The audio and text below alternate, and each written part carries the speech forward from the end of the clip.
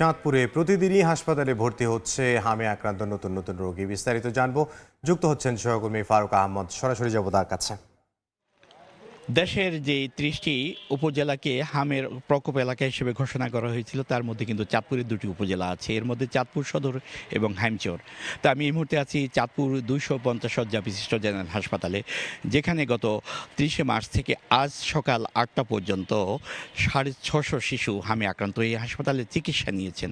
আর এখন এই মুহূর্তে হাসপাতালে ভর্তি আছে ৩১টি শিশু, যাদের মধ্যে হামের উপসর্গ আছে তো বটেই, তার সঙ্গে কিন্তু অন্যান্য রোগও ভর করেছে, বিশেষ করে জ্বর, নিউমোনিয়া, পাতলা পায়খানা।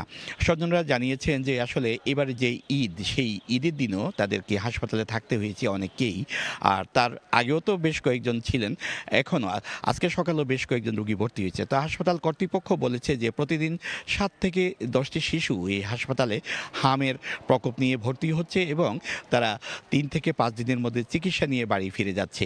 আর একটি তথ্য হলো যে এই যে চাঁদপুরে যে হামের প্রকোপ, এর মধ্যেও কিন্তু চাঁদপুরের প্রায় ৩ লাখেরও বেশি শিশুকে হামের টিকা দেওয়া হয়েছে গত ২ মাসের মধ্যে। জেলা সিভিল সার্জন কার্যালয় থেকে এটি শুধু যে চাঁদপুরের হাইমচর এবং চাঁদপুর সদর সেখানে নয়, জেলা ৮টি উপজেলায় কিন্তু বিভিন্ন শিক্ষা প্রতিষ্ঠান এবং যে টিকা কেন্দ্রগুলো আছে সেই টিকা কেন্দ্রগুলোতে হামের টিকা দেওয়া হয়েছে। তারপরও কিন্তু হামের প্রকোপ কমে দিকে যাচ্ছে না, অর্থাৎ প্রতিদিনই কোনো না কোনো শিশু এই হামে আক্রান্ত হচ্ছে।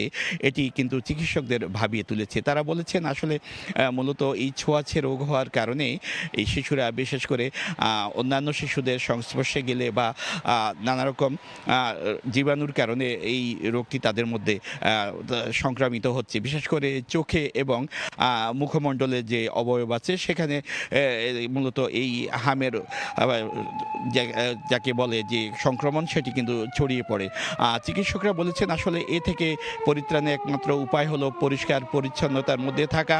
আর সবশেষে যেই তথ্যটি বলে রাখি যে চাঁদপুরে সবশেষ যে ৩১টি শিশু ভর্তি আছে তার মধ্যে এর মধ্যে ৮ জন সুস্থ হয়ে বাড়ি ফিরেছে আর অন্যরা এখনো পর্যন্ত চিকিৎসা দিচ্ছে।